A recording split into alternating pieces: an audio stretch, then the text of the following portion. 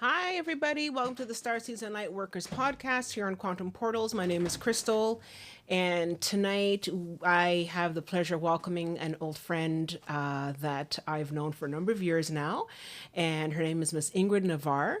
And she is someone that I hold very close to my heart because we met when we first started doing this the group used to be another in another iteration, and then it kind of sort of faded out, and then I sort of took over the group, and then it sort of just grew and became this whole different thing now. So Ingrid has always been there with me from the beginning, and for her I'm so grateful because she's always been so supportive and so sweet, and she's always been encouraging for me, and yeah, you do hearts.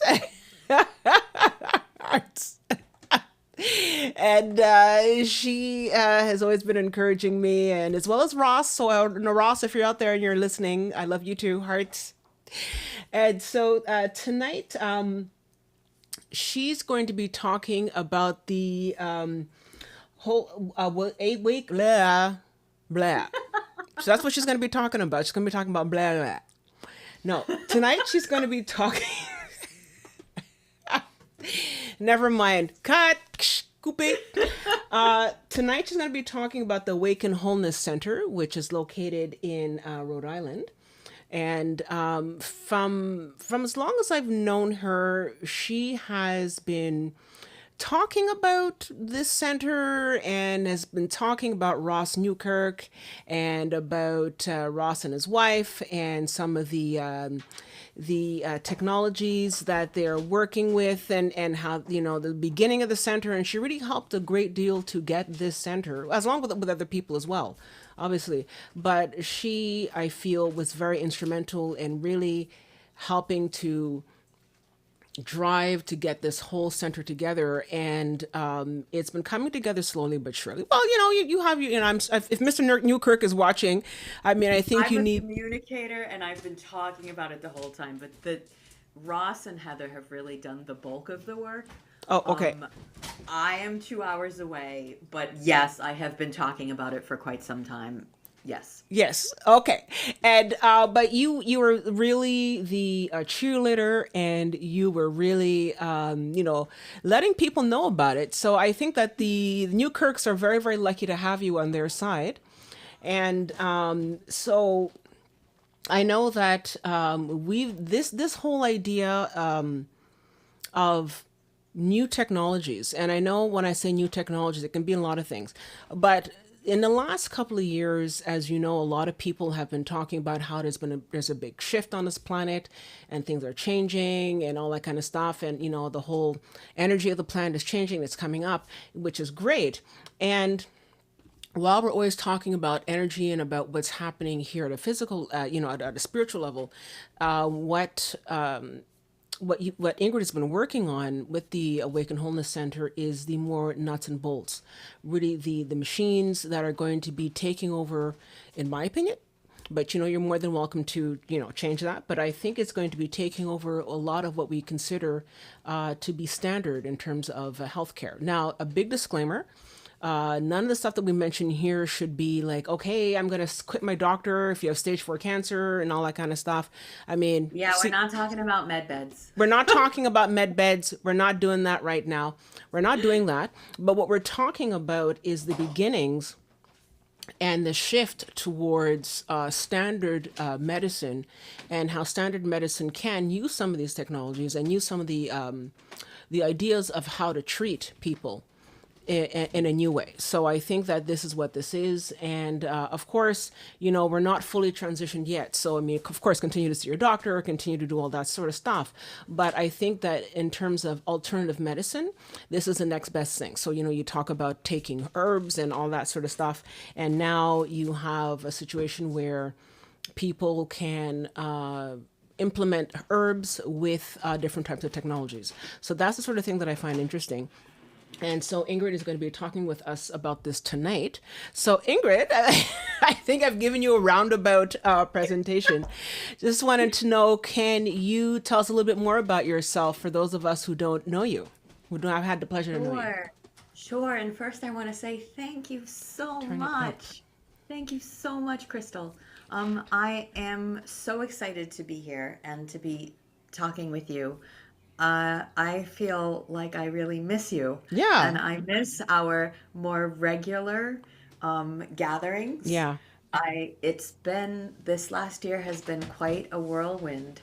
The center, the last time I was here and I spoke to you about what we were doing at Awaken Wholeness Center, we were just getting ready for our grand opening, and that happened.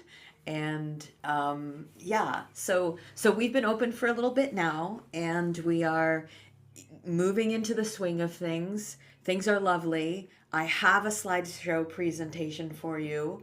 I ran around last week and took a bunch of photographs of what the center looks like now. I used a couple of older photographs that were taken when things were a bit more green around the center, but most of the photographs are from last week. And what I am doing at the center is biofield tuning. And I am leading some of the meditations. On Saturday mornings, I lead an in-person meditation. And I've done a sound bath event with another individual. We'll be doing that again for solstice. But we are hosting, you use the word machines. We don't call them machines. We call them technologies. And Ross's business is called Conscious Technologies LLC. And we do absolutely believe that this is the future of medicine in the way that everyone is talking about frequency, and has been for quite some time. We do believe it is the up and coming technology. The principles that are used in his technologies are utilizing principles from quantum and plasma physics, information field technologies, tapping into our omniscience and our abilities.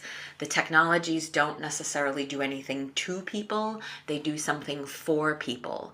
They're holding a space, they're space holders for us to tap into our omniscience, and therefore be able to accomplish things above and beyond our wildest expectations, as we learn and as we grow into our human capabilities. The technologies are there to support us in doing that.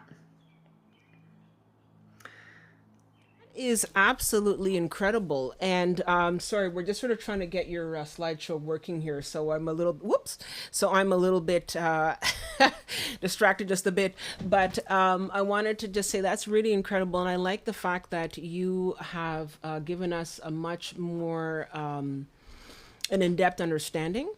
And so conscious technologies. So for those of us who are expecting the med beds, you know, that's not what this is. So what is the difference between the so-called med beds and the technologies? I mean, I know you gave an explanation of it. It's like basically technologies that work with the body and not so much doing something.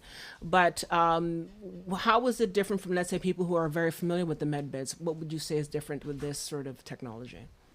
Well, okay, so my understanding, the way that I comprehend med beds is not from personal experience. I have not seen a med bed. I have not utilized medbed technology, but I've been aware of them for a very long time. And in the way that, like, I'm a biofield tuner and I work with frequency with tuning forks and with bowls, brass bowls and crystal bowls. The frequencies that I work with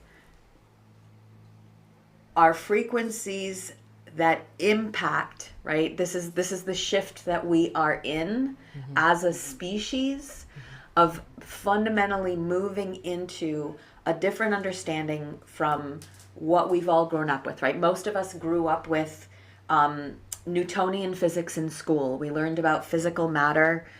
We learned about,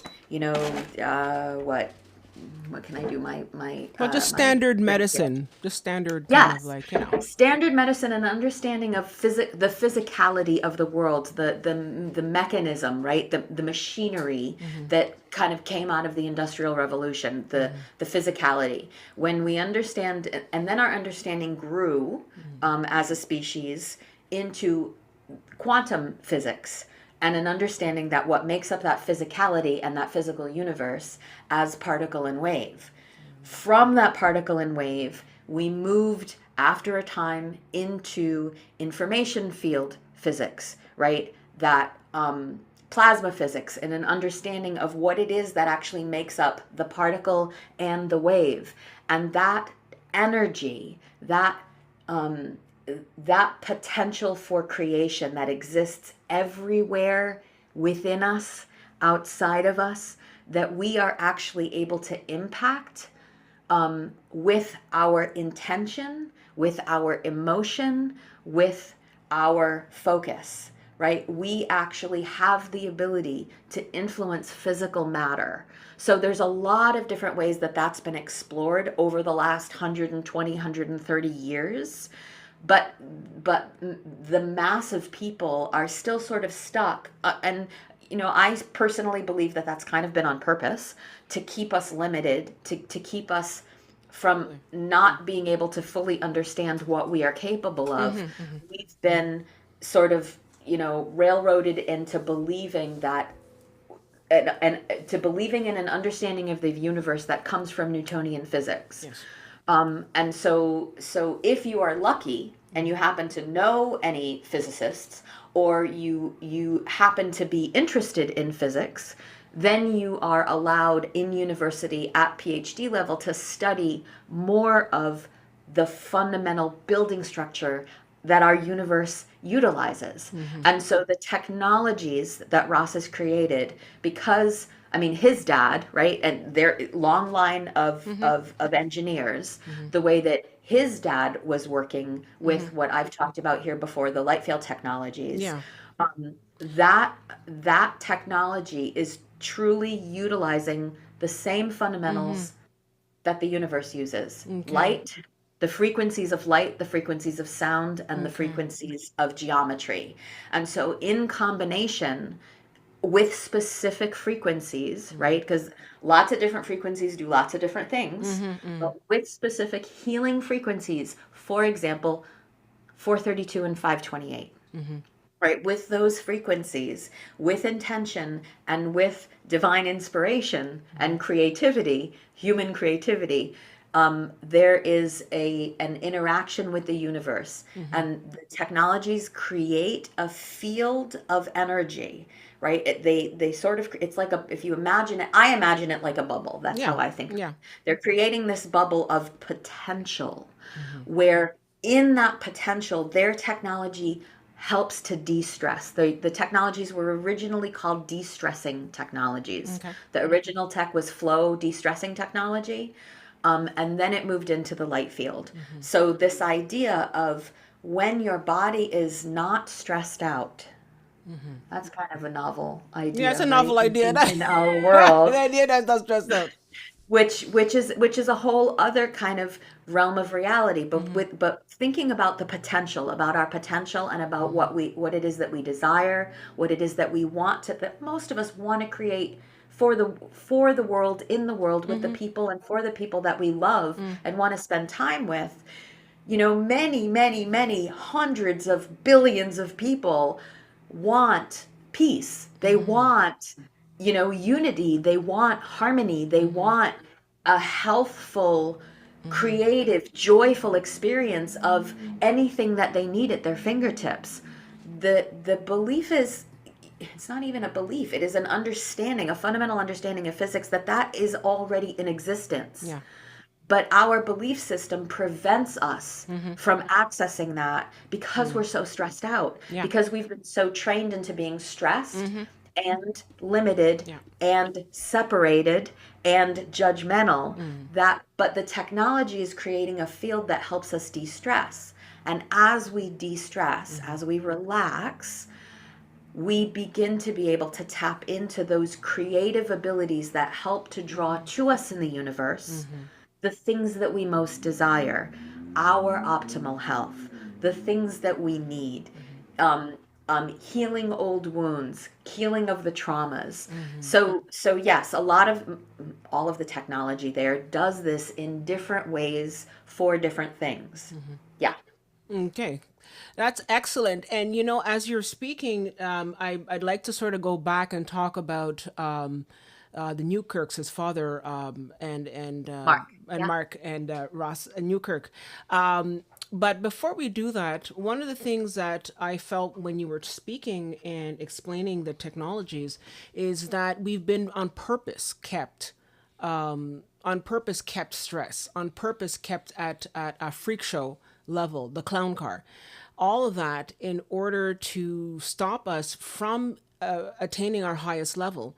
And I think that even though I know that what the Newkirks have done has been very, very revolutionary and everything, what's I find interesting when you look at, for example, there's a show on Gaia where they talk about some of these inventions that people have had, like in the 1920s, 30s.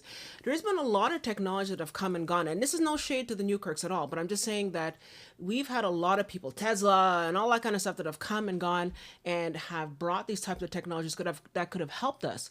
But the big pharma and the big conglomerates are preventing it. So even if you're not even talking from an energetic level, the fact that we've had different types of people who have been able to sort of work with some vibration, but others some with just like other machines, it's we've been held back on purpose.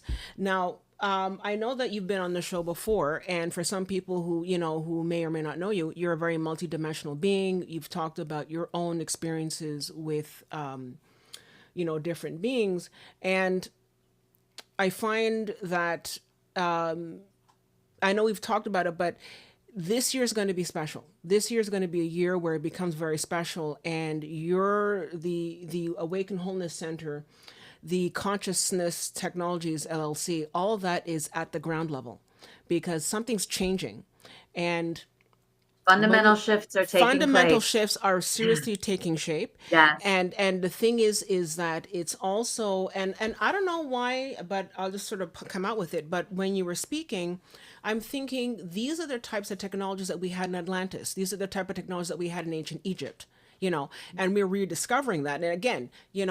they have a different approach, but like, the whole idea of frequency, when they talk about it, when people talk about Atlantis and ancient Egypt, which is inherited a lot of the technologies from Atlantis. Yeah. This is something that was being done before, and this is something that, and when you talk about something global and energetic, we often say, well, how come there's so many pyramids around the world? It's because all that energy was being produced at that time by these pyramids. And if you go inside a pyramid and all that, you can actually find that your energy changes even in a regular pyramid. So imagine adding frequency to that. You know where I'm going with this? Yeah. Yes. So it's a if I liken it to the hundredth monkey concept, right? So this idea of there being a critical mass of people on the planet that are ready. So yes, there have been and continue to be and will continue to be scientists and creative people world over from every walk and continent and type of person and type of people that exist. This is humanity being human, right? It is our natural, absolutely intuitive, creative potential that we are achieving within our lifetime. This time period that we are in, that we have the fortune and the planning, the luck of the draw, to be here to witness this grand awakening. And the challenge for many of us is the programming that we have been born into to help shift. Many people get kind of sidetracked and stuck in the programming, I think. I think that it is a natural part of awakening. If you imagine a butterfly coming out of a chrysalis, or you imagine the birth of anything, when a child is being born, it doesn't just pop out, right? Labor takes a bit. Yeah. It takes a bit to be ready to reach that critical mass. Has required us to come in what I personally believe is an influx of star seeds, an influx of awakening. It's not just within in one sphere. We are coming from every perceivable direction, and we are getting help from every perceivable direction. Yeah. Every perceivable dimension and density is assisting us because all of us are up leveling. And so the way that we are up leveling and shifting and leaning into what we all most desire in our hearts, what brings us most joy, what we know is possible in terms of peace, sometimes requires for people to shift. It sometimes requires us to hit rock bottom. It sometimes requires us to actually see what it is that we've created in a place of unconsciousness. So many hundreds of thousands of people have been unconscious, and so many people have been awake and leading the way, right? Indigenous folks world over who have not forgotten their tradition, who have never forgotten who they are. Most people in industrialized civilizations have been progressively corralled into forgetting who they are and what their potential is. So that's taken thousands of years. And the amazing thing about us, I think, is that we have so much potential, is that we keep coming closer and closer and closer.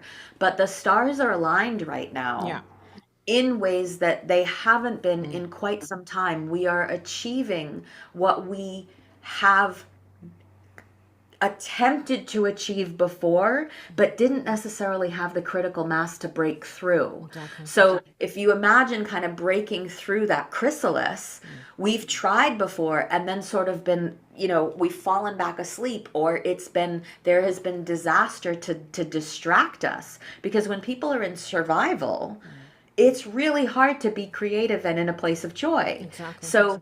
So shifting that, and the technologies are there to help us in those moments when we're using the technology, to help us in different ways according to the different technologies and according to who we are and what we are here to do, to remember more of what our divine calling is and what the reason is and where our gifts are, so that we can tap into them.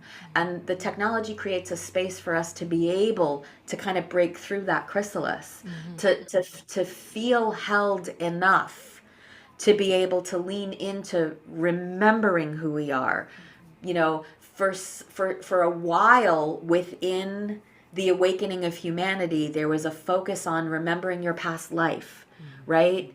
And right now what we are understanding is, okay, sure, that's interesting information, but are you doing it to feed your ego? In a similar way that people have come forward on the planet, and there's a big hubbub, but it's all of the new technology and all of the new ideas and information that's coming through is really just, it's scaffolding us up, layer by layer. And when those things, for example, Abraham Hicks, and that or this idea of the secret, this idea of what you have to do, and where did Americans go with that? Where did North Americans go with that? Well, they went into things. They went into utilizing their omniscience to create more expensive cars, like owning more expensive cars, owning like more McMansions. That was where the consciousness was at the time, but it was up leveling us. And there were some of us that really had been here for quite some time, waiting for this opportunity, slowly building on remembering more and more and more into our potential. And the interesting thing, I think, about where we get sidetracked is that it is so familiar to us to focus on what isn't working that we forget to focus on what it is that we want. And if there's a way for us to remember to focus on what it is that we want in the world, rather than get distracted by what we've already created. Because everything that we're seeing fall apart, everything that we're seeing take place in the world right now, is what we have spent all of humanity and all of our collective lifetimes up to this point creating from unconsciousness for the most part. So now as we're waking up from the spell, right? Waking up into who we truly are, waking up into seeing source, God, in one another's eyes, and being able to see it in our own eyes in the mirror. Understanding that all of that physicality is actually all just source. It's all God. It's all creator source. We're fractals of that.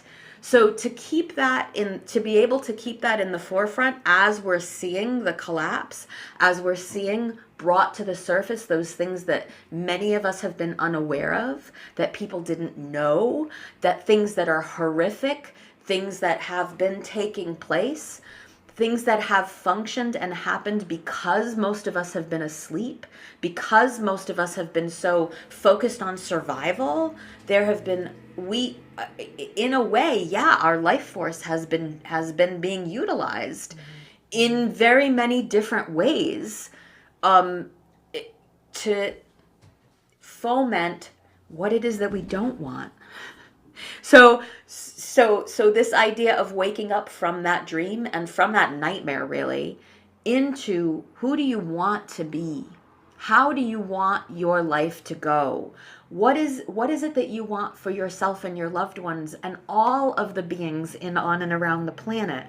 That right now is what we're waking up into, being able to assist in bringing more into fruition. And so there's lots of different people doing that in a lot of different ways, because we achieved 100th Monkey about this a long time ago. But yeah, it is sort of the storm has been brewing for quite some time, and we're in the eye of the storm, really, in many ways, right? And so yes, there have been amazing things taking place. There have been amazing things coming to the surface. If it's possible to view that and remember that that's what has been created, and it's giving us a choice point. Do I want more of that or not? Am I ready to be done with it? Am I ready to fully embrace and love? Just be an expression of love, because we have so far at this point really explored every other option here. But moving into that unity, I feel like, is what the technology is designed to do, and what we're all ready to do, and absolutely why those of us that are at Awaken have come together at Awaken, and those folks who are going to gravitate more towards Awaken in the coming times, to have that be a hub for people to heal, pull themselves together, and achieve what they want, so that we are, as a humanity, shining and united on the planet. Exactly. So, Exactly. And what's interesting, I mean, we could go so many directions with that. But just to sort of begin with, first of all, we have to be careful about how we look at the media, because the media is trying to give the impression that, it's bad, it's this, and yes, it is bad. I mean, it's not nice. People being bombed, and but at the same time, I have to say that I'm proud, not so much of the, and I'm not taking sides here. I'm just saying that I'm proud of people, especially the average person in the United States, who have said, you know what, I don't want this war. I don't see why we're going into there and to fighting, as opposed to, let's say, 10, 20 years ago, when people just have been gung-ho and that's it. And so people are saying, we don't want this war. We don't want to be killing people. This is not what we voted for. And again, it's not a political thing. I'm just saying this is what people are talking about. There's also the fact that, and I brought it up before, about how maybe earlier this year, there was that thing where you had all those monks walking from Texas all the way to Washington. And when those monks were walking, it was only a couple of people that were like, okay, look, some cool monks walking, and that's it. And by the time they got to Washington, they had like a whole groups of people, and people bringing their kids. People are driving across state lines to get to see the monks and all kind of, just seeing the monks. I want to give them flowers and food and all that kind of stuff. But what struck me when I saw that is that, you would think that, all Americans are the same, and how they're painted in the media. And yes, there are some people who are that. And it's not just so much about Americans, but, just in terms of in this particular topic. But it's a lot of people are saying, we really need to come together. And, just dovetailing on what you were saying, people were saying, I really wanted to bring my kids here because I want them to see the love. And a lot of people were crying. And what that means is that people's heart chakra were opening, so much so, and Yeah. saying, I just love the fact that we are all here. And people were saying, oh, I don't care what your skin color is. I don't care what your politics are. I don't care what gender you are. I don't care who you love. I don't care this, I do that. I don't care. We just need to come together. We really need to come together as a people. And I just wanted to see the monks because of the peace and all that kind of stuff. And when I saw that, I thought, wow. Now mind you, I only saw that really on YouTube and a lot of the free media because people are really sort of reporting, and so thank God. But it shows that people want peace, Yes. and people want peace, and people just want this. So it's out there and it's really happening. So you don't have to sort of look and say, well, I don't really see it happening. So, no, like people are out there saying this is what I want. And I think that feeds into the whole, like what you're saying about how the energetic shift, because it means that if you see a small representation of it on the media, then that means that at a bigger macro level, the energy is really across this planet, people across this planet. And you Yeah. see what's happening. People across the planet saying, why are we going to war? What is this? I don't support it. Yeah. People are Da waking da up, I da. think, to the People wake narrative. up, Yeah, they're you waking know? up to the narrative that gets sold Yes. on, I But people mean, are not buying it anymore. yeah. And that's the thing that gets me, is that a lot of people have said, you know what? I don't buy it. You used to play that game before. I'm not buying it. I'm not going to get into the politics, but certain players that are involved in it, I don't buy it. And Yeah. also a lot of people are saying we have nothing against them. I mean, why are we fighting? And so that's a big change. That's a big shift. And I think that when you talk about the Awaken Center, it and even though we're in an environment right now where everything seems to be crumbling, and of course, again, the media plays it up for more than it really is, but the fact that it's all crumbling on that, when you wipe away all the debris and all that kind of stuff, on that foundation, you're going to be building all this. So I think that the Awaken Wholeness Center is one of many that are out there. I'm sure there's a lot of stuff that's out there that, we don't even know about. There are people, are smaller groups and pockets that are doing this. And Yeah. actually, just one last thing, what I found interesting, I was just watching a video just before I got on the show. Sometimes I like to watch little videos here and there. And it seems a roundabout way, but they're saying a lot of Americans are leaving the United States in record numbers, and they're going elsewhere because they want to escape the system. And they said that, when I left the United States, I realized that the world was different, and I don't like the idea of fighting. I want to just be with people. I want to just live in peace. I want to, I'm not a racist. I'm not this. I'm not that. They paint us to be this way and we're not, da, da, da. And it's just that people are going to go abroad, see how things are different. And I'm not talking so much about financial, Hmm. which is, yeah, but I mean, as they're driven by that, but also a lot of people are saying different cultures, a different approach. And a lot of people are going to, let's say, a place like Thailand, which is a Buddhist country with, all that kind of stuff. They're going to bring it, because at some point, maybe some people are going to come back home, but they're going to bring all of that. They're going to bring all that different types of thinking and shift what's happening. And it's just, you're all It's going to an be at the forefront. You know what I interesting mean? it's an interesting way to think about what the catalysts are for the change that's taking place, Yeah. right? Is if when it's happening, the fact that it's happening in all of those spheres, that it's happening in the cosmos, it's happening within us. It is happening, if you think of our bodies, right? I often think of our bodies as avatars for our consciousness and our souls.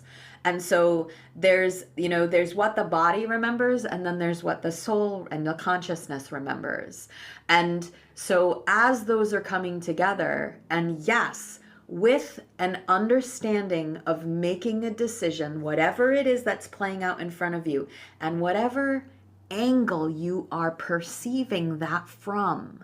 So whether you are on one extreme or another extreme, what it is that you are seeing is catalyzing you to make a change.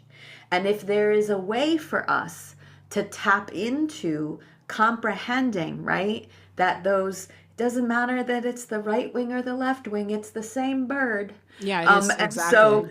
Yeah. so to above and beyond the way that it's playing out, the inside to say, no, that's not acceptable. This behavior isn't acceptable.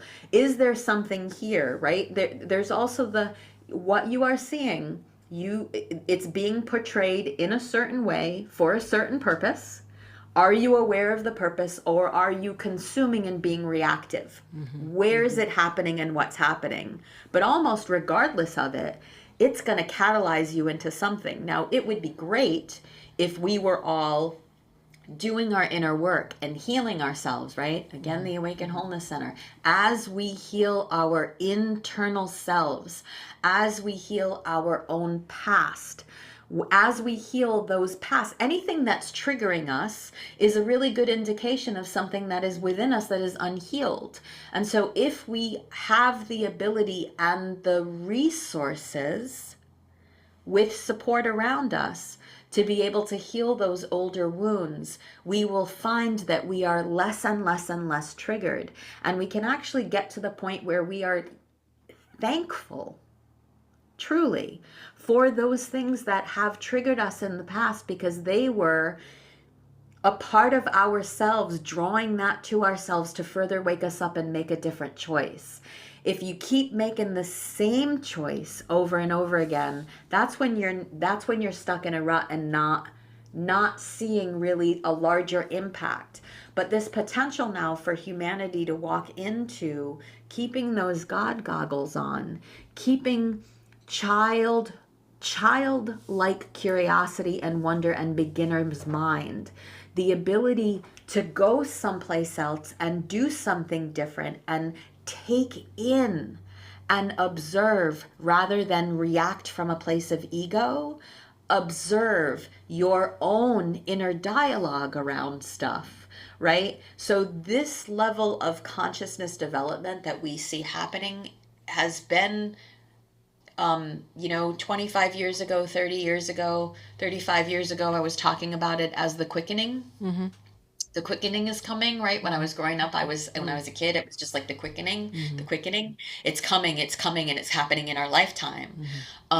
This idea of what we're seeing play out, yes, there's the drama that's on the network news that is for entertainment, right? That's more programming. That's why it's television programming. Right? There's programming taking place. Yeah. And so where is your focus? What is your focus on? Is it on truly being able to let go of the blue screens that we're all, they could create technology that doesn't emit the blue light that gets us addicted. They could create it in a spectrum of light spheres that are not addictive for children, that are actually healing for us. So when we're connecting with each other at distances, and before we are developing our psychic abilities to be able to connect with one another without the external technology, this time period is the time period that we're realizing about the amazing technology that these avatars actually contain and can tap into. That's the beauty and the thing that we could be exploring more of. And I think the younger generations are doing it naturally. They're coming in with more memory. They're coming in with more creativity. They're also coming in seeing like, absolutely don't want that. How do I get away from that and not recreate that? I'm going to go here. That's all really good stuff for all of us. Yeah. Like, so this idea of not getting sucked into down the rabbit holes that eat more of our soul and life force energy, but enough to be able to really sometimes hit rock bottom and say, oh, I really do not want that. What do I want? I'm going to focus my energy on the thing that I want, on unity, on creation, on travel, on exploring and meeting, and not running away from not running away from, because then your choices are made from fear. And when you're making decisions from fear, the universe is going to give you more things to be fearful of. Yeah. So that consciousness shift into from reaction and contraction to expansion and love, and doing things for love, for joy, in trust, that's kind of the phase that we're in our lifetimes seeing humanity shift out of that reactionary fear creative energy into a creative energy that grows and is seeded from our, the source within us, the God spark within us, into more loving, kind, joyful, intergalactic potential, where we're working in unison with the planet, where there's no barrier between us understanding what it is that the planet and all of the beings that she has housed and nurtured and created and supported for eons, the way that we can work together. That's all of us breaking out of that like individualistic mind. Individualism is an important part of our development, but comprehending that we're not one or the other, we're all of that. We're all of that, and that we have the ability to shift our frame of reference and our focus. And we all have the ability to heal. We all have the ability and the potential within us. If we've got that God spark within us, we have the potential to grow and change and move through that spectrum of survival into beyond the healing, right? Beyond victimization into survival. We have the ability to move into thriving and making the choices and the decisions that allow us to thrive. That is absolutely taking place within our lifetimes. I think that the world that we're going to be living in and seeing taking place around us and participating in, and that's the key point, I think, is the participation, the way in which we help and participate in creating the world that we want, rather than attacking and rejecting and judging, right? That it's a fundamental shift in perception and awareness and potential. The universe, you are empowering yourself, and the universe is working with you if you're coming from the potentiality and a place of love. That is so much more powerful than the contraction of the fear and the rejection, and living off of energy that is outside of you, realizing that there's a never-ending stream within you that you always have a connection to. Yeah. Exactly. And it's interesting because what I'm starting to see, well, first of all, going back to like the younger people coming in, a lot of the younger people are saying, you know what, I don't want the social media anymore. A lot of people are saying, I want to get rid of the social media and the TikToks and all that kind of stuff. A lot of people are starting to get sick of that and are starting to turn away from that. And a lot of people are starting to realize, say, look, recognize that different types of platforms are addictive, and you have some laws actually coming into place where young people are sort of being barred from becoming a part of that. Now, what I'm realizing as well, just because I'm also I interact with technology as well. But I think it's not so much that, because we've been sort of led to believe, okay, technology is all evil and this and that. It's not so much that technology in itself is evil. It's the fact that the technology that we've created has been considered evil. You see what I mean? So Who's if created you had, it and what's it used for? and what's it used for and all that kind of stuff. Now, if we had screens that did not have blue light and we had screens that had different types of light, that's still technology, but it's technology that can heal and work with us. We can have technology that can interact between us. Like, for example, when you have those little clip things that you put on plants and you can hear them singing and all that kind of stuff. Like, I mean, that's technology, but it's technology where you can interact with, like, plants. I mean, that's so cool. So more of that kind of technology, you know what I mean? The irony, if you think about it, the whole turnaround to like utilizing technology outside our body to help us tap into what indigenous folks have never forgotten. Yeah, I know. Like people connected to the earth and people connected to nature spirits, people connected to the planet and to each other and to their own divinity are communicating with the plants. They don't need the technology Yeah. to tap Okay. into that. They are tapping into that. So it is an irony, I think, to come back into, yeah, isn't it amazing? But is it the technology that's amazing, or is it you and that thing that has been already created, Exactly. that you can communicate with, that you can achieve? Like, are you meditating? Are you quiet? Are you spending time in the woods? Are you spending time grounding? Are you spending time on the earth with bare feet, touching the soil and the grass and the rocks and the stone and the trees? If you can't, can you hug a tree? Like, this kind of, the most amazing technology. And this is also something interesting about Ross's technology and his dad's technology, Mark's technology, is that it's all been designed as training wheels. They're training wheels to help us remember our own omniscience and divinity. Absolutely. It's Absolutely. not about what's outside of us, but we kind of have had to go full circle as a species, right? To get back to that place Yeah. of comprehending and being able to live with and in honor, with and in reverence, a return to spirit and spiritual belief systems, not dogmatic religion, but spiritual belief systems that uplift us and celebrate our potential. Those are the things I think that we're all, rediscovering, leaning into, reframing, comprehending that there's pieces of it that really work for us, and pieces of it that haven't worked for us, because those pieces have been utilized to keep us in a specific place, under somebody's thumb, living according to someone else's dictates. But comprehending that when we're living from that divine creator spark, we can't help but draw to us more loving experiences. We can't help but create more loving experiences. So, yeah, more Okay. of that fundamental shift. Absolutely. And so, on the topic of the technology, though, can you tell us, for people who are not familiar, a little bit more about Mark and Ross Newkirk, and a Sure. little bit more for people who are not familiar? Sure. So Mark was a world-class scientist. He was a physical engineer.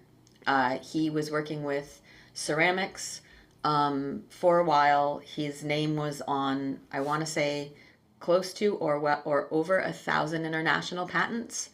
Lots of his ceramic technologies. He was working with teams of other world-class scientists. And his technologies were in space, right? Satellites, things of that nature, where high level and high grade ceramics were being utilized. So his dad was an engineer before him. So Ross grew up in that environment with a dad who was working a lot, who was, rubbing elbows with international scientists, and really in the latter part of his career discovered consciousness technology and the idea of us developing technologies that would help return us to that place of divinity. That was what his passion was, and that's when I met him in the last, I don't know, less than 10 years. I only knew him. That's Mark, you said, right? Like, that's when Mark, Mark. Okay, yeah, the father. Mark Okay. with a C, Mark Newkirk. Okay. So in the last like 6-7 years of his life, he was doing lectures, and I met him through the Lightfield community. I've discovered the Lightfield community, got involved immediately, and started going to his lectures. And he was the first kind of scientist that could explain the experiences that I had been having my entire life. And so I was really drawn to the Lightfield technology. I was really drawn to the Lightfield community. And that's how it all started. That's how I eventually met Heather and Ross, and how I started connecting with them and hanging out with them and being connected and volunteering at the Lightfield Foundation. The Lightfield Foundation doesn't exist anymore. It closed its doors towards the end of the pandemic. It closed its doors, and we moved the technology. So it's housed now in Rhode Island. It's not, the light field itself is not together yet. There was a little bit of damage that happened in the move, and that's Ross is still repairing, and we are still putting it back together. I mean, when his dad built it, it was built into the room, designed really never to be moved, kind of. It took over a year for them to build it into that space. So us taking it apart over a couple of days and then moving it a few hours away and then attempting to just put it back together is taking a whole lot longer than we originally anticipated. But it's moving forward and it's happening. And it's in one of the spaces and is moving forward. Okay, great. So getting to the Awaken Wholeness Center, actually, before we do, did you want to talk about a little bit about the Vogel crystals, or is that something separate from what? The Vogel crystals? Yeah, no, actually, and I have a couple of them right here. Just for some people who may not understand what they are and what they're about, can you tell us a little bit more about these Vogel crystals? Yeah, Vogel crystals.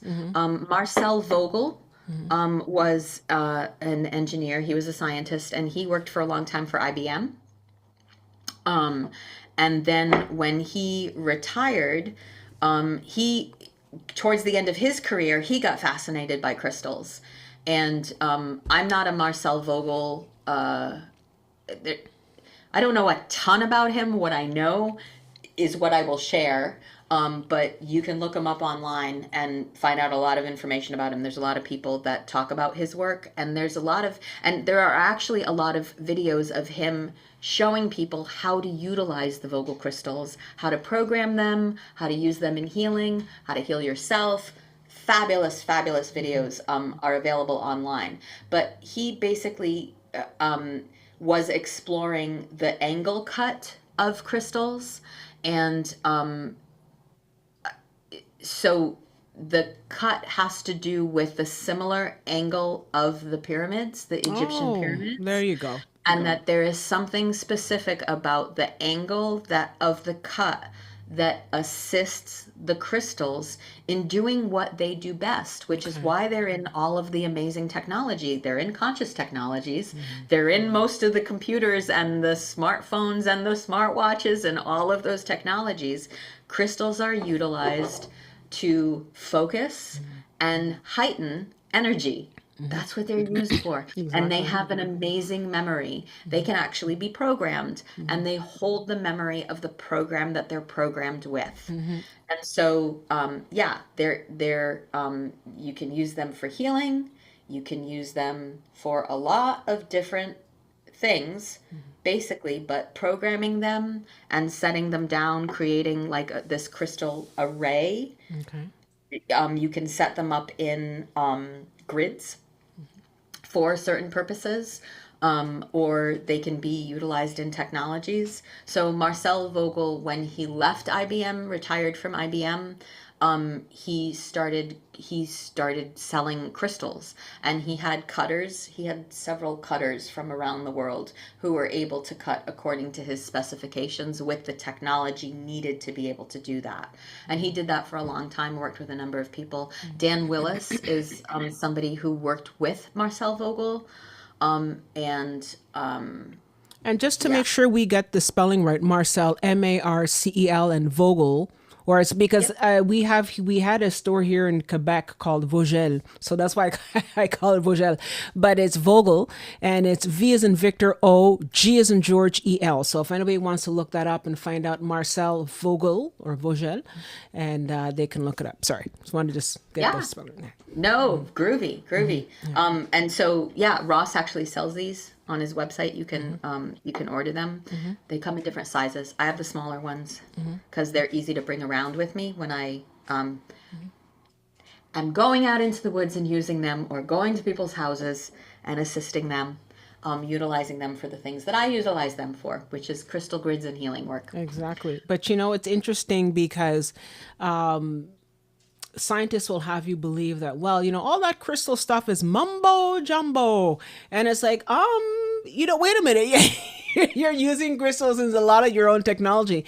And the thing that I find interesting is that you're saying, well, crystals can be programmed, which led me to think, well, what about, and I know they're saying that they're a scam and that it's fake, but the idea of a crystal skull could technically be programmed with information that is of ancient technology from Atlantis. So even though the Right. crystal skulls that we have now that are in the museums and stuff, they're like, oh, but it's fake and no. But you could technically program those crystals with ancient knowledge. No? Yeah. Yeah. But why not? Yeah. There's a lot of things that we're slowly rediscovering. Yeah. Yeah. So I mean, if you think about it, the whole, the mocking attitude around things like crystals, right? The whole kind of hippie mockery of utilizing what nature has provided us with. Crystals are all over the universe. Crystal technology is being utilized all over the universe by beings far more advanced than yeah. we are. And yes, there are natural phenomena that hold information. And so it's interesting, yes, that on the same level that what has been created is a mockery of them, they are utilized in really high tech. Exactly. And they're utilized in really high tech because they work. Exactly. But it sort of reminds me, as well of like, Superman in the Fortress of Solitude, where he puts a crystal into one of the receptacles and like, video and information comes out. Same thing, it's just that Yeah. it's shaped in a longuette, like a thin crystal as opposed to, let's say, a crystal skull. But it's pretty much the same thing. It held information, no? Yeah. Yes. Yeah. So, Yeah. without further ado, did you want to sort of introduce everybody to the to the Awaken Wholeness Center? We have your Yeah, we can go through the photos that I took last week Yeah. when we were closed. I took a couple photos of a class that was going on last weekend. A workshop. We had a presenter come for the weekend. And I took a couple of those photos so that you can see how many people can fit into the room comfortably. It fits even more, but yes, if it's possible for us to pull up that slideshow, and if you guys can't get it, I can screen share. I'm happy to pull it up on my end. Yeah, sure. Well, no problem. I can. Did you want to share it on your end? Because I have it up here. If you want to share it and talk about it. How do You have want it on your end. Do you want to share it? Yeah, sure. I have it. Okay. Okay.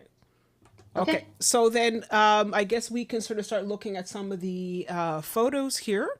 So we have this right here, just I guess in front, Richmond, Rhode Island. Yep. Okay. And that's the center itself. Yes. Okay. Did you want to share? You look, you're looking Yeah, I can. lost. Alrighty, let me screen share. Give me just a second Yeah. to pull this up. I think it's because you can't see it on your end, so maybe you sort of feel that. Oh, I can't see the YouTube. Right. Yeah, Correct. exactly. So that's it. Yeah, Correct, but it's correct, okay. You can correct. sort of share it on your end, not a problem.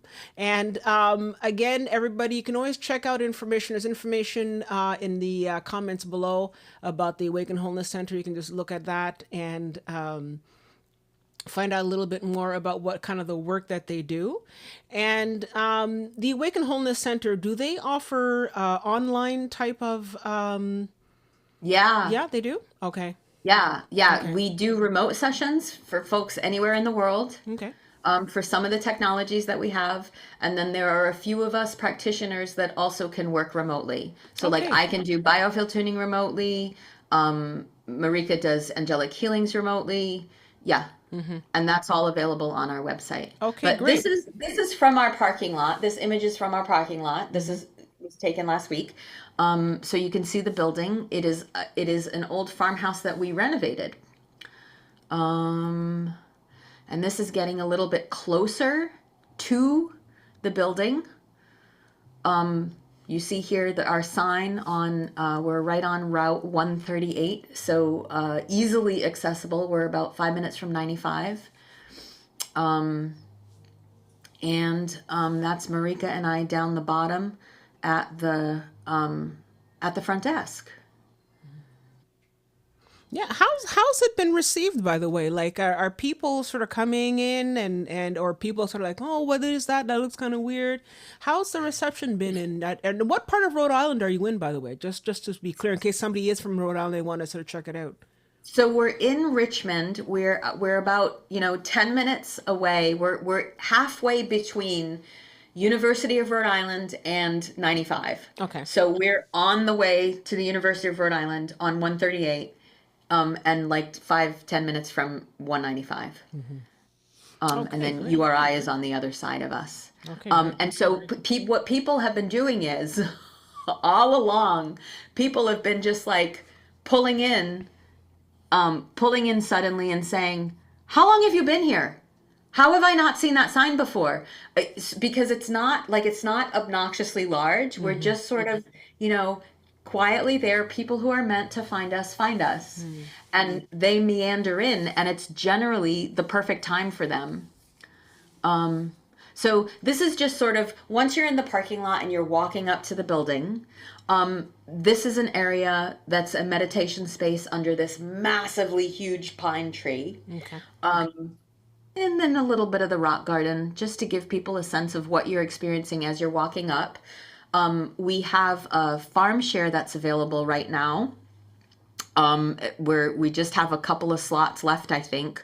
But this is down as you're walking up. I don't know if you could see this. Up here, if you look past the trees, you can see the farm, the field out down below it. Okay. And then, so this is. Are you this able to is make that the photos space. a bit more like full screen, just so that it's a little smaller? I don't know.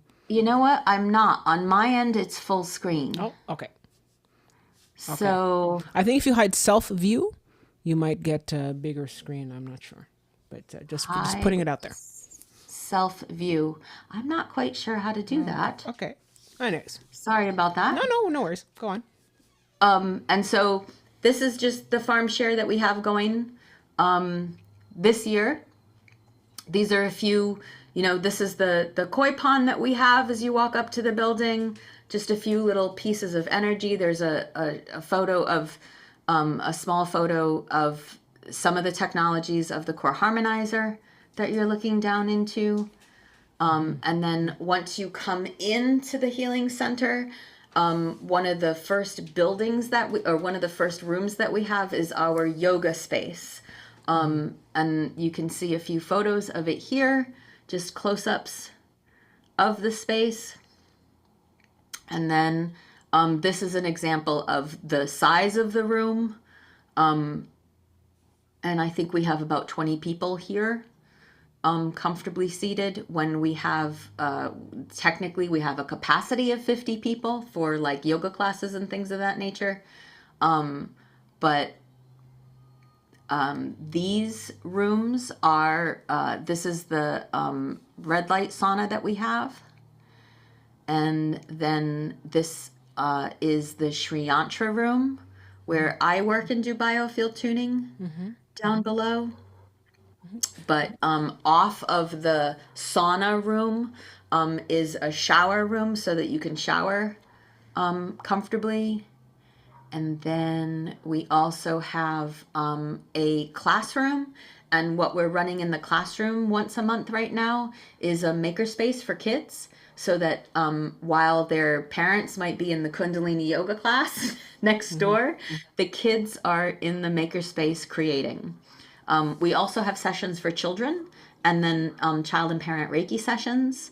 And then in this is a list of things of the technologies that are available for children, like the quantum flow, the cohere meditation mat, the core harmonizer. And then they can receive Reiki sessions, biofield tune-ups, angelic clearings, resonant attention sessions, and intuitive guidance and telepathic communication sessions. This is a few more angles of the spaces, like the front hall up in the top left corner. And then in the larger room, there's just a couple of angles of the waiting room that we have, which is the former living room. When it was a home.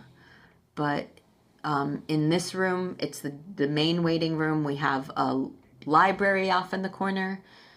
This is moving into some of the technologies. This is a picture of the shungite room that we have. So in this room, which is one of my favorite spaces at the Healing Center, I do this at least once a month, if not twice.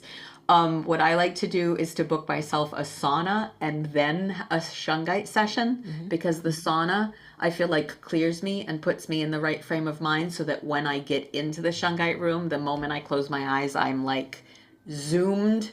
And the shungite room is so amazing. I cannot stress enough how amazing this room is. Just for people who are not familiar, what is shungite and what are the properties? It's a type of gemstone. Yeah? So I have a bag here Okay. of elite shungite. I don't know if you can see this. It Yeah. is, I'll take one out so that you can see it. It's a stone that Ross actually uses a lot in his technologies. But this is a chunk of elite shungite. And shungite has these amazing properties. It really helps to kind of buffer the human body from electromagnetics. And so when it's utilized in the technology, what it does is create this field around you, like my necklace, for example. This is a body harmonizer.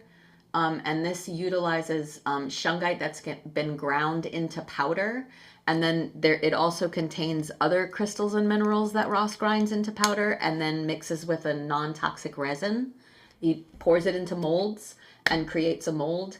And the testing that has been done on the tech gives the body about a 3-foot buffer, so that the electromagnetics that are entering into that field are reversing their flow, because the human heart creates an electromagnetic field that moves clockwise, and man-made technology generally creates a field that moves counterclockwise. So it's not working with you.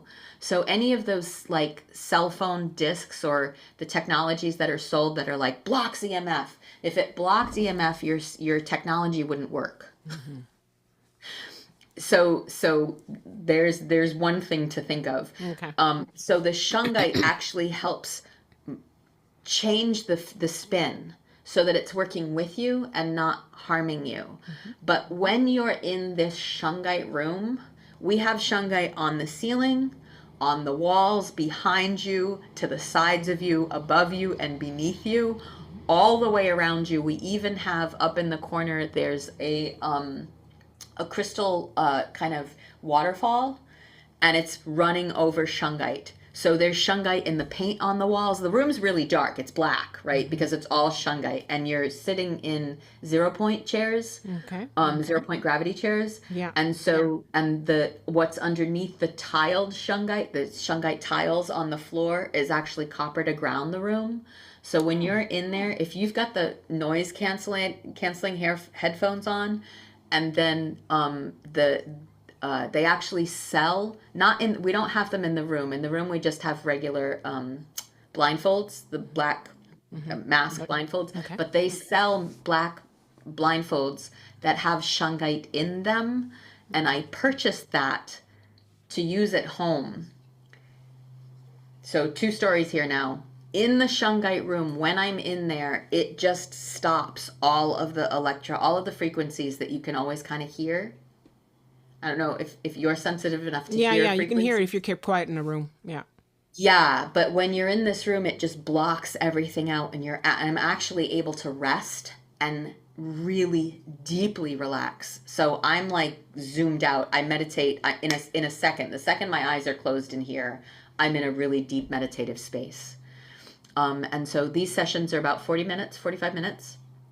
And then there's just images of shungite and the way that from the store, the way that he is selling shungite. So he sells the tiles, he sells a number of different products, and a lot of the products that he creates and sells have shungite in them. But the other tangent is, so I purchased the blindfold that has the shungite in it, the transformative experience that I had the night that I brought those home, I went back and I bought a shungite mat. I bought a shungite belt, and I literally wrap my head and I lay the mat on top of me, and it's quite heavy and it's cooling, and it just blocks everything out. So I've been getting some really great sleep since I've Wow, I can purchased those. imagine. Wow. I just like, I want a room in my, I want my bedroom to be a shungite room Can you because it imagine? just gets rid of all of that electromagnetic smog. It's quite amazing. So here are a few of our technologies. The largest image that you see here is the quantum flow. It's a picture of the quantum flow room.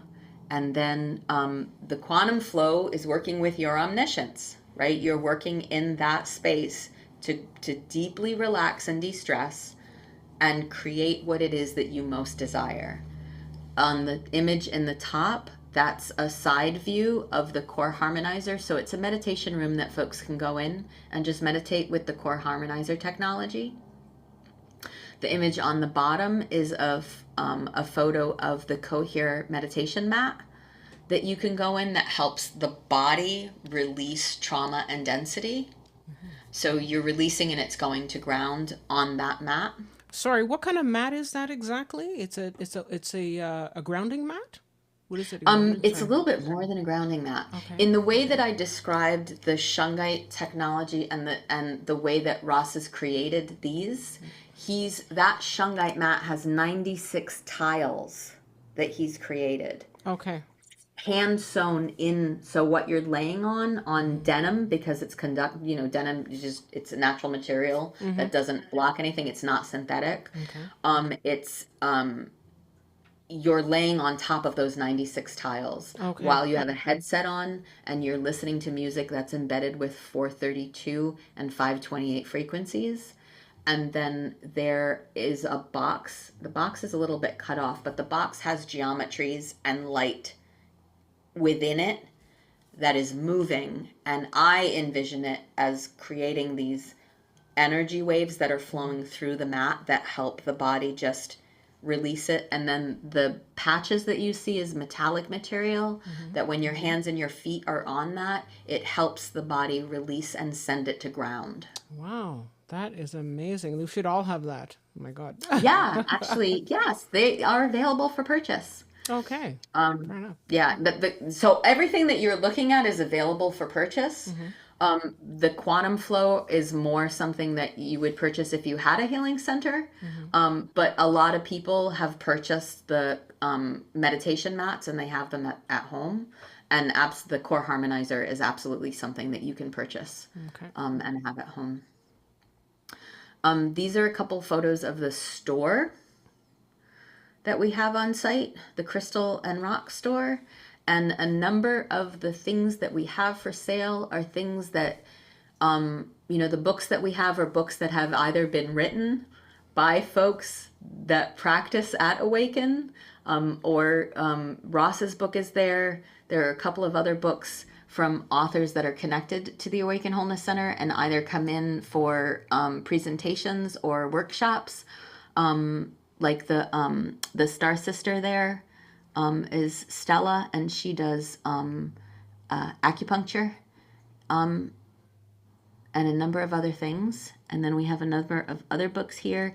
The pottery that you see is Reiki pottery that's created by Corey Newkirk, Ross's sister. She's the Reiki practitioner that works at the center. Okay. And if I may ask, what is Reiki pottery? Because that sounds kind of interesting. So she makes the pottery. She spins on a wheel, right? She's making the pottery and she's infusing it with Reiki energy. Oh, okay. Not bad. Yeah, it's pretty cool. Okay. Pretty cool. That the Ascent of Humanity, that's a Charles Eisenstein book. Stella and Charles are married. And Charles comes in and has done workshops with us before.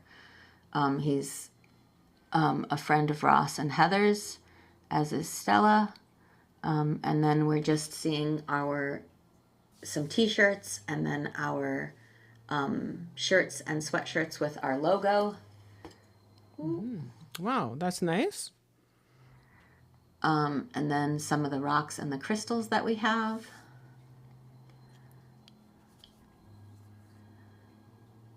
Oh, that's interesting. What's that round thing, like that lit up, that small photo? It's like a nightlight. Okay. It's like a nightlight. So this one has fluorite, blue fluorite, and blue and green fluorite around it. They're pretty cute. Okay. And what does that do? What does fluorite do, and why is it in like a lamp? Is it for a particular It's a crystal. purpose? I mean, I think it's just that it's pretty. And fluorite, I forget the physical properties of fluorite and Okay. its healing ability, but it's really pretty. Okay. It's really pretty. And I have a lot of fluorite, actually.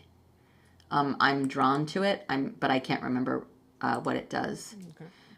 Okay. These are just some photos of our practitioners and some movement and yoga classes that we have going. And all of this is also available on our website, which is awakenwholeness.com. And then the sessions can be booked. You can see who does remote sessions and who does just in-person sessions, like obviously our Kundalini yoga on Saturdays. You have to come in person for that. But some of us are working remotely. And then this is just our contact information. And then, the quote that we're using, sort of saying, by up-leveling, empowering, and healing ourselves, we're consciously harmonizing the world together. That's beautiful. And I just found out a little bit more about fluorite. And fluorite is widely known as the genius stone and a prize for enhancing mental clarity, providing focus, and clearing negative energy. It stabilizes the aura and promotes emotional balance and helps organize chaotic thoughts, making it an excellent aid for decision making and learning. Oh So my goodness, that that's would be why I'm nice. so drawn to it. That would be an amazing stone to have at home. And so, because that would be great. And then you could sort of just have that. And, especially if in a light. So it's sort of just the light sort of helps to sort of, I guess, sort of. It's moving it through. They're really beautiful. They have a number of small ones, and Ross actually created this huge one that he has amethyst all the way around, that is not for sale, that he created, but it is huge. It is huge. And I should have taken a picture of it, but it's not something that's for sale, but the smaller lights are. Okay. I have a quick question from Kelly. Hi, Kelly. Kelly says, does she have any group remote classes? Do you offer any group remote classes? So I run group Zooms personally. That's something that I do. I haven't quite done it through the Awaken Center yet, but we're moving in that direction, to be able to have conversations both in person and then remotely. So I run what I call interdimensional living group, and we start on the first and third Sundays of every month. At 7 p.m. Eastern time, I run a meditation that lasts about a half hour. And then we have a 5 or 10 minute break, and then we come back together to have a discussion. If you are interested, I would need your contact information. I need your email address to put you on my mailing list, to send you the invite. And what I usually do is on Saturday, there's a mailing that goes out the Saturday before we meet with a list of videos that I ask people to watch. During the week, I also sometimes will send those to folks. Okay. Just Can you provide us with that email address here, or would you prefer just in How case? can we do that? I'm sorry. Yeah, that's a great question. How can we do that? Yeah. No, just so- sort of, if you could just say it, and then what I can do is have the moderator type it into the chat. And so if people are interested, they can take part in the classes. Is it a personal email address, or is it just an address for the center itself? No, so there's two different things. I run the interdimensional living discussion consciousness raising groups. Okay. I do those on Sunday nights. Yeah. I haven't started doing that through Awaken yet. Okay. But it is something that Awaken Center will be offering soon. Okay. We're moving more and more into that direction, and we're Got it. filling up we're as we get people's requests, we're modifying and creating. There's like the things that we're all doing naturally, and then also just trying to figure out what we can realistically make happen. Perfect. So if you want information, you can email info@awakenwholenesscenter.com. Okay, perfect. Okay, and then that's great. And then so Kelly can get in touch Yeah, with you that way. you can ask for my IDL contact, or just my name and my ask for my contact Sure. information. Perfect. That's great. And right now the center is. I remember at one point we were talking about the center. Are they going to be going to different areas, or is it just going to be Rhode Island for now? Right now it's just Ross and Heather, and several of us working out of Rhode Island. It's not like we're gonna franchise and be everywhere. Ross sells his technology, and he has sold his technology to a number of healing centers across the country. And he used to have, I'm pretty sure he still has. If you go to his website, the Conscious Technologies LLC.com, you can you can do a search for where healing centers are in the country that have his technology, if you want to go and try it there, if you're not able to come into Rhode Island. There's several places that have his tech. Yeah. Okay, that's great. And so what would you like to see happen, let's say here 5 years? What would you like to see happen with the Awaken Wholeness Center? Like, I mean, if you could sort of Oh project into gosh, 5 years, what would you like? 5 years from now, I'm kind of seeing us like also having an Airbnb or some kind of I don't know, more land near the area with lots of tiny houses, or a way to be able to put people up to come and spend several days with us. We're also renting the space out, and people can have weddings and events on site, utilizing the stuff that's outside, and then also like utilizing the kitchen and things of that nature, coming in for sessions for the weekend. We're hosting more weekend type workshops and things of that nature. So I would love to see us with like a kind of inn or a hotel that we're connected to or running.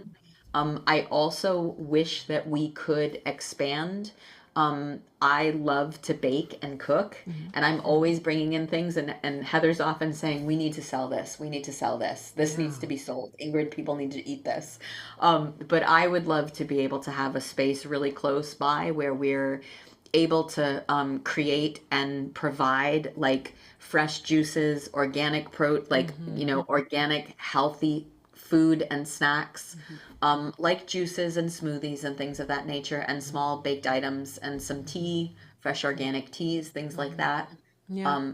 I would love to see it be like a destination, a weekend destination Yeah, for like a people who want to spa, come hang out. you know? Yeah. Like I could totally see like a spa weekend, and then like you have like maybe, who knows? You could have like a nice dip in the pool, and then go into sort of like a Yes, crystal we've been a crystal talking about sauna. Why being not? able to.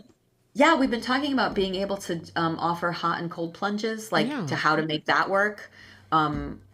There's lots of possibilities in the works. But whenever I'm there, I'm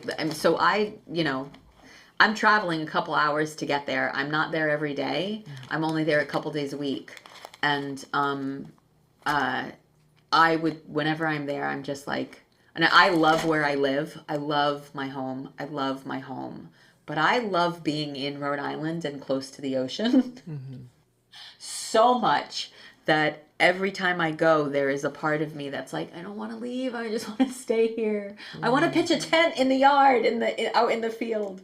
Who knows? Who knows what that'll turn into? Okay, that's great.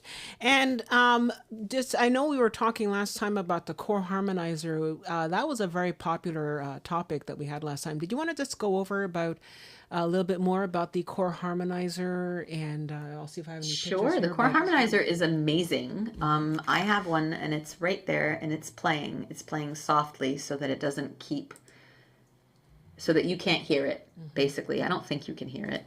But it is a piece of technology that I like to describe as a wooden R2D2. That's not on, it's not on wheels, but its base is wood. It's gorgeous. It's available in a few different types of wood.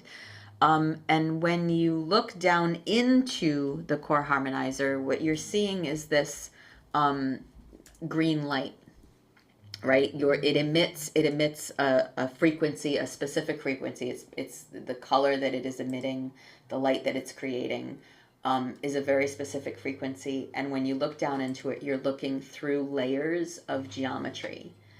There is a Vogel crystal that is underneath. When you look down, you can see like a copper cone, and it's inside the cone. But the core harmonizer is emitting 432 and 528 frequencies. Those are embedded in the music that it plays. Now, you don't have to hear the music to feel the frequencies. I think I've described before that I have had deaf friends be blown away at when they become familiar with it. After a few minutes, I encourage folks to, the first time that they're close to one, to lay their hands on it a little bit and let it kind of soak in. And then, they've commented to me that they can feel it a couple of floors up in my house. I can absolutely feel the field that it creates when I pull onto my street. I used to be able to feel it like in the driveway when I pull into the driveway, but I can feel it on the street right now. I have this belief that the longer it's plugged in, the larger the field gets. And yeah, it is just, it's the frequency of love and harmony. And the very first time when Ross had created the first prototype, he brought it out here. They had already moved, but he brought it out here when the light field was still up and running and we were having a potluck. He brought it to one of the potlucks and he plugged it in the back room. And I went in because I hadn't seen him in a while and I was catching up with him. And we're talking and I just kept getting distracted. And I was like, what is this thing and why do I want to hug it? What is going on here? And he was tickled by that. He was like, can I quote you? But it is true. You want to hug it. It just makes you feel good. Because it's creating that field that I mentioned earlier, that space and that bubble of harmony and love. And when you're in it, there are times when if what is inside is not love and harmony, that becomes apparent quite quickly. But it also helps move that energy out to be able to relax into it. So animals love it, kids love it, people in general love it. When folks come over, oftentimes there is a feeling of not necessarily wanting to leave. I think it's because of the core harmonizer. Yeah. But yeah, it's an amazing technology. Yeah, and They're for sale. You can purchase them. Okay, and so people can find out more information if they're interested. They can find out on your website. On the Conscious Technologies LLC website. Okay, perfect. That's great. And it's this technology. I'm trying to show pictures of the core harmonizer for the audience so they can see it. Are you pulling? Yeah, Are you pulling it up? Yeah, so I'm pulling it up from the web so they can see it. So when you watch the playback, people will be able to see it and get a better understanding of what it's about. But and there are other technologies there too. But I think the apart from the core harmonizer, are there any other machines that people should know about that you feel? So the quantum flow that I described earlier, that was in the images, is there. The Cohere meditation mat is there, and then we have the shungite room, and we have a core harmonizer meditation room. So the core harmonizer is there, and then when I do the meditations on Saturday mornings, I do a 9 a.m. meditation. A drop-in meditation, and I'm using the core harmonizer. So you can experience the core harmonizer in that way. And then we have up and coming technologies like the light field that we are still putting that together. Okay. And then soon we also hopefully will have what Ross calls the B box, a B box room. And so the B What's box that? is basically utilizing the frequency of bees.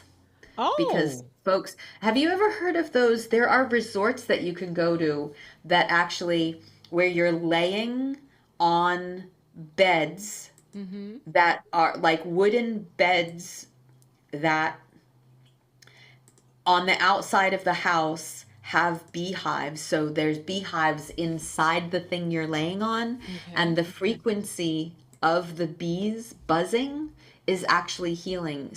It's akin to cats purring. That it's been documented that cats purring can actually heal fractured and broken bones. Really? The purr is really, really healing. It's why it feels so good to be near a purring cat.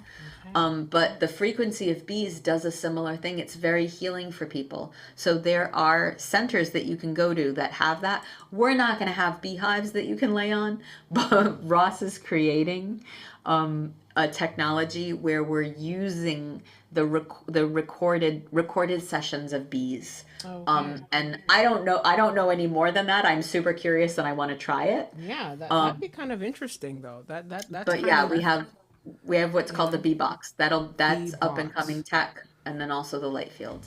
The light field. And so let's talk, and I know we talked a little bit more about the light field, but I wanted to sort of go back and just talk a little bit more about it again, so I can show people some pictures while we're chatting away.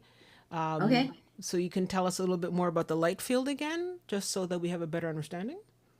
So the light field was the technology that like takes up the whole room. Okay. Like it's Yeah. it's a it's a huge wooden sphere. It is so they're layered geometries, and it's so big that it has the table inside it, and the sphere has the table inside it, and it has stairs that are attached that can be. There's a crank, and the crank opens the sphere, and the table becomes accessible, so you can lie down on the table and walk up the stairs, lie down on the table, and then we pull the stairs away and then crank it closed. But because it's just a sphere of geometry, you could crawl through, right? You can stick your hand through. People don't generally experience like claustrophobia because you're inside something, because it's a frame that you're laying inside of. Yeah. But those geometries, along with the geometries that are created by the tech box that's beside it, are beaming light frequencies and sound frequencies into that field. So Okay. you're being held in that state of basically perfection, of omniscience, right? Okay. Your own omniscience is what comes to the forefront when you're in that held information field. Okay. So it's creating an information field that's embedded with those geometries like 528 and 432 that help you relax. And in that relaxed state, that's when you're creating magic for yourself and for the world. Okay. That's when you're like, we tell people when they go into the light field to think about the things that make their hearts sing. Think about the things that they most desire for themselves and their loved ones. In that state, in that relaxed state, it's actually going to help you draw that reality to you much more quickly than if you're just functioning in a stressed state. And like all of the technology that's conscious, the conscious technologies that the Newkirk family has created, the more you utilize the technology, the more you're able to call back that experience for yourself, so that eventually you're able to achieve that without those training wheels, Okay. right? Wow. It's not meant to be technology that you become dependent on. It's meant to be technology that is like training wheels, so that you remember that you have access to that field and that level of consciousness and creativity on your own with recall. You can recreate it. Okay, wow. So it's really basically just sort of training the body to work very, very differently. And I think that's really important because, it's true because as we're sort of gaining in our own consciousness and as we're gaining in our own sort of like our own power, we should be able to sort of do that ourselves. But, it's true. It's training wheels so that we learn how to ride a bike. And then Yeah. after that, we can then move forward and do it ourselves. So that's Yeah, the great. difference, if I could for just a second, Sure. Crystal, you asked me earlier what the difference was between conscious technology and things like med beds. The way that I understand the med beds of the future that are, supposedly going to be stuff that we're able to use at med bed centers, within the next few years, depending on where we live, depending on on a lot of things in the world, but that those technologies are based on off-world technologies that's been shared with us by galactics. And there are different types of med beds. The true med beds are going to be free. If someone is trying to sell you a med bed, be careful. Yeah. I would just say do your research. Don't blindly trust something that calls itself a med bed. Do your research to figure out who is sponsoring it and who's providing it and where it's coming from. Because it is my understanding that there are different types of med beds that are designed to do different things, but most of them are working on a holographic, from a place of holographics. So they're working at holographically changing your DNA back to its original, right before the corruption to your DNA happened. Okay. So in the way that what's been described as like a snapshot, I've heard Alex Collier describe it this way. I've heard Elena Denon describe it this way. Dan Willis describe it this way. It's like it takes a photo of what your DNA was like before any corruption came in, and it utilizes that template in a holographic field to manipulate the DNA back to its original perfection. Wow. So it is reversing, and things people talk about it in terms of being able to age reverse. How many years? What? I'm not quite sure. But if it Is it length, 10 years? Is it 20 years? but if it changes the Yeah. DNA and it lengthens the telomeres, then I mean, there's no telling what it could do. Like, I mean, I don't know if you're going to turn into like a baby or something. I don't know about that.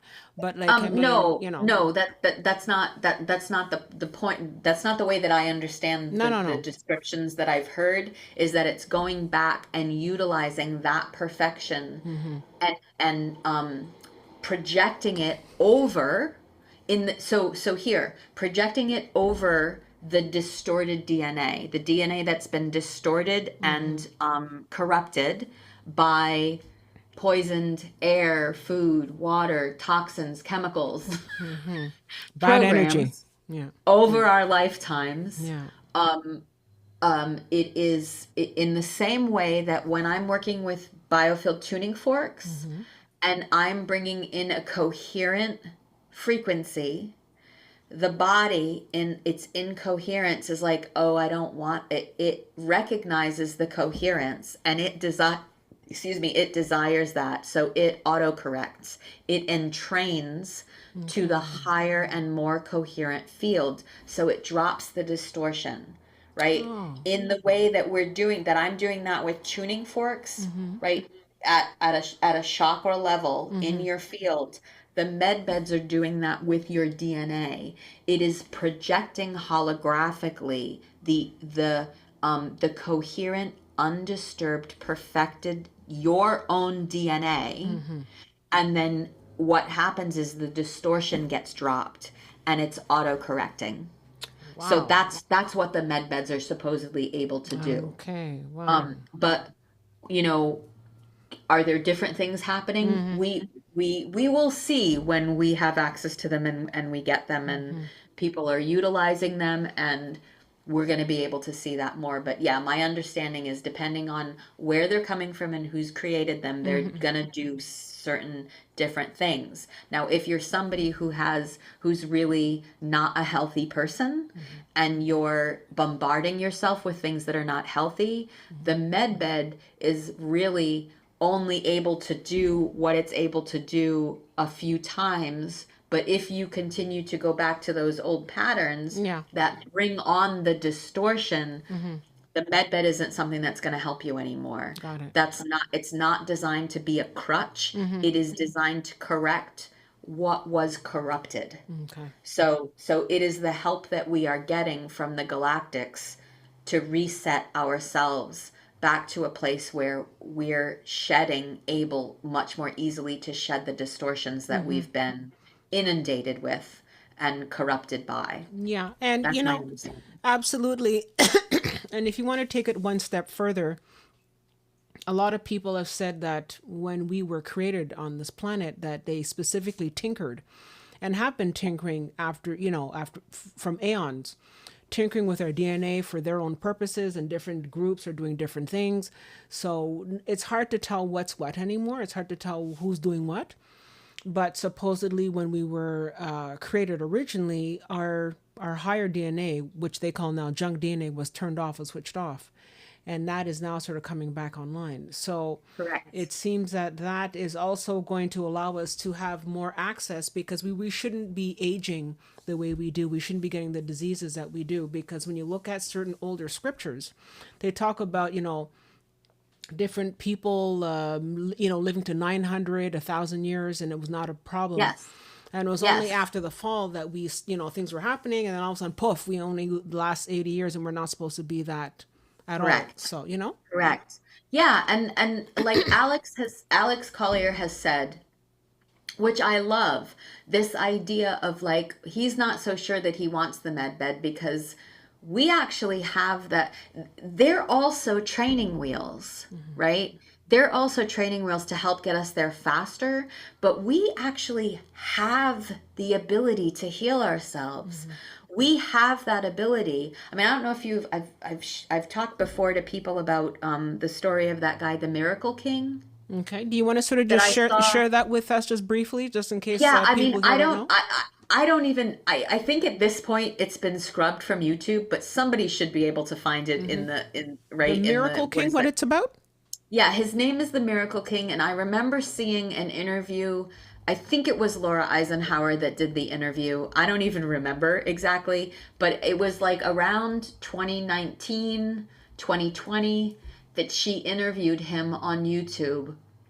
And he was I don't even remember what his real name was. He went by the Miracle King, and I think that was the name of the video.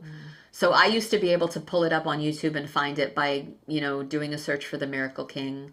And he told the story of being like a world-class yoga teacher and somebody who was really like athletic and in sports and like world-class athlete. And that he was, I think, in Bali on like a third floor balcony that collapsed. And he woke up in a ravine, or he ended up in a ravine and then woke up in a hospital. They had to airlift him to a hospital where they basically rebuilt his spine with metal. And he woke up in the hospital. This is the way that I remember the story. He woke up in the hospital seriously like, I will never walk again, like being told he'll never walk again, that he was probably going to be in a wheelchair for the rest of his life. And he was just like, where he talked in the video about that choice point, Is it right? Bobby Reed?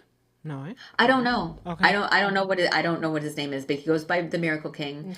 Okay. Where he was given a choice point, right? He said, I could have gone into pitying myself because of what was quote unquote taken away from me, or I realized that I could actually finally make the choice to walk my talk, what I knew was possible, what I had been teaching my whole life about resilience and potential.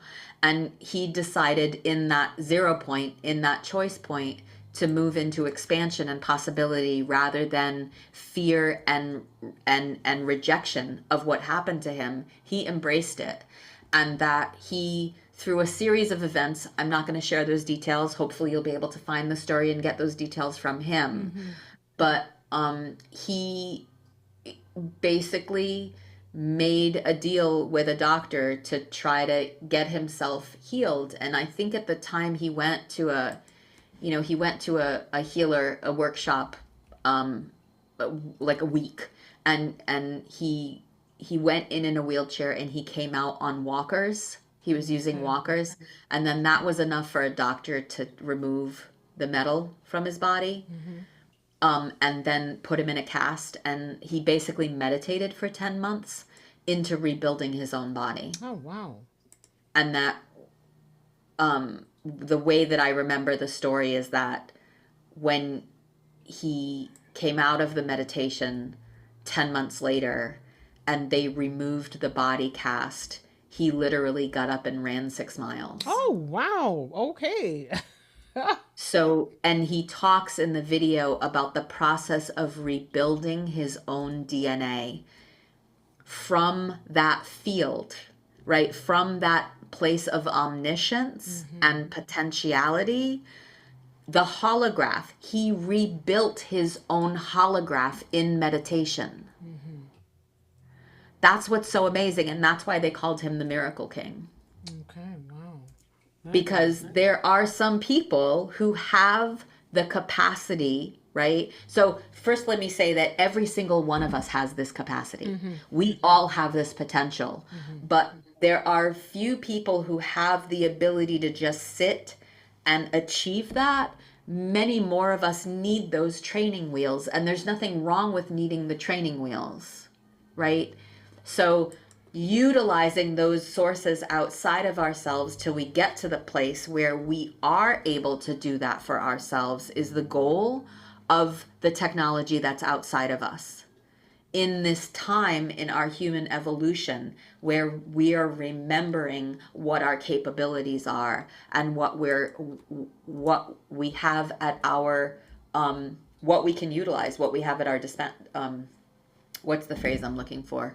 At our disposal. Thank you. Disposal. At our disposal that we have. Yeah. Okay. So that's the difference between conscious technologies, still training wheels. I believe training wheels to meet us where we're at right now and help us up level a little bit to get us to the place where we may not need the med beds or until we get to the med beds, right? To help us focus on how far would we like to go in terms of our own achievement and potential within our lifetimes. Okay, wow. We have to heal ourselves, and we have to heal our wounds and the distortions in order to really live our highest joy. And be able to, if we choose to, extend our lifetimes, reverse age. All of these things are possible with consciousness,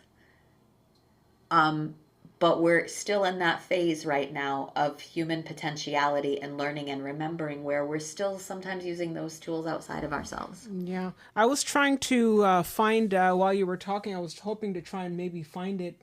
But you said that I can see why they would want to scrub something like that from the internet. Because that goes against... we'll get it back. We'll get it back. You know, we'll find it. I'm sure we'll find something, and then if I find it, I will share it with everybody. I'll send it to you, and we'll try to find it. But I just wanted to say thank you so much for coming over. It's been a bit of a rough week for me.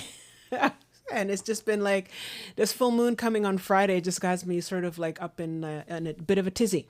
So just sort of just trying to play. There are lots of shifts. Just imagine and remember it's all happening for you, not to you. Exactly.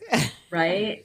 Just continue the self-care, continue the self-care, continue the self-care and the self-healing, and just allow, if we can allow ourselves to rest when we need the rest. our bodies naturally rejuvenate. Yeah. We got this. We got this. Yeah, we just sort of have to get through it. And, with people like you, we are going to get through it. And with people like Ross and Heather Newkirk. Like you, who And are like help me. reminding us, who are bringing so many people together to help remind us Exactly. of what our potential is. What is it that we want? Focus on what we want and do that. And try something different. Try something new. Break out of the habitual things that keep us in the loops. Exactly. Oh my God. Right? We're already there. We've already got it. We're just watching it take place. Yeah, we're watching it. And sometimes it just sort of like, I see a comment here from Kelly. She says, yeah, I've been feeling this too this week and so tired. I've been dragging myself, Yeah. like I've just been out and it really the energies. And the thing is, it's not just about, what, but one particular sign, but I mean, we have a very, I think it was the 17th, we had a lot of planets hitting everybody on the planet. And then we had stuff on, I think as well on the 27th. It was also a very, very powerful day. And now we have and now we have a full moon on the Yeah. 1st, which is in Scorpio. So it's going to be very, very intense, very like, ee. So I have moon in Scorpio. So like, I mean, I just got to feel all of it. So just sort of trying to get my rest Be and trying gentle on yourself. Be Yeah. gentle with yourself and allow yourself to feel what you feel.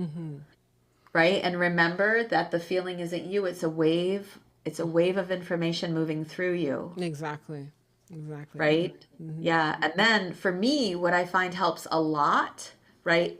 Honestly, the shungite is helping me get more rest when I'm sleeping. Yeah, I can imagine. But I've started sun gazing again. Okay. And that's returning a level of energy. Oh my gosh, that I have missed so much. I Really? have missed so much. Yeah, I love sun gazing. And can you just tell us a sun gazing? Actually, I have another comment here from Hybridor. Hybridor says, "I'm exhausted every for the last month." Yeah, and, honestly, for the last month, the energies have been so intense, and I've just yes, I mean, this week has just been the worst. But like, I mean, in general, I've been dragging myself for about a month or so. Nap. Take a nap. I take Take a naps. nap. I take naps, but like, I mean, wow, I really feel like I'm going through the ringer. That I can tell you. So, and I think people are also feeling it as well. With it's this time around, it's really global, and it's because we're having a lot of shifts, or having a lot of, especially the 17th, a lot of upgrades. A lot of people have been going through it. A lot of people have been feeling it. Flares, the Schumann The spikes, the Schumann solar spikes have flare. been absolutely insane. Like they're above It's and all beyond. happening for us. Wow. It's all happening for us and with us. With us. So in the morning, I have been trying really hard to, in the first 20 minutes when I get up, right?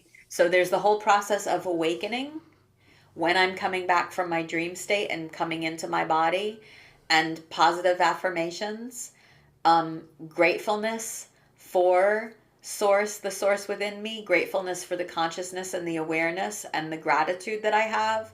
And then I am drinking a half to a full juice of a lemon with baking soda in it and electrolytes, right? Okay. So with an eighth of a teaspoon of baking soda, I'm also doing 3 days on, 3 days off of borax in there, and just a pinch of borax. And then I will go out with my cat. We go outside together, and I take my shoes off and I stand in the sunrise in the first hour of sunlight, the first hour after sunrise. Beyond that, you're gonna be damaging. But in that first hour, to gaze at the sun and to do mantra meditations, and for me, it's gratitude to the earth and for the earth, to her, and in invocation, releasing, utilizing breath work, just doing a quick, and it just takes a few minutes. It's just a few minutes. When I started sun gazing, like 15 years ago or so, the most I could do was like look at the sun and look away. Like it was literally like, are they crazy? Who does this? Who does this for long periods of time? And then over time building. There are times when it gets really intense where I'm looking through my eyelashes, and other times where I'm just comfortable looking at the sun. Okay.